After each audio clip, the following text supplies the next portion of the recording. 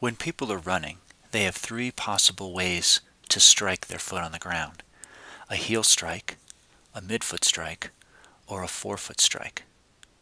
A forefoot strike is usually what we see in sprinters.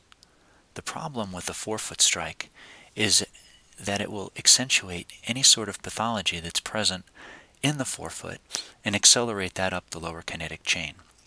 Take, for example, somebody with a forefoot varus. A forefoot varus, remember, is where the forefoot is inverted with respect to the rear foot. They'll strike on the outside of the forefoot, and to get their first ray down to the ground, they'll need to adduct or evert the forefoot as they're coming through stance phase. This will often cause medial rotation and medial migration of the knee, as well as medial rotation of the thigh, and accentuate the lumbar lordosis in that area.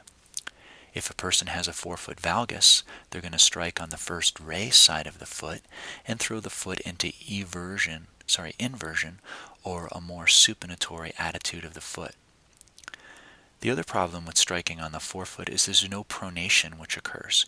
Pronation, remember, is one of the three shock-absorbing mechanisms which occurs, along with knee flexion and abduction of the hip, as well as some degree of thigh flexion.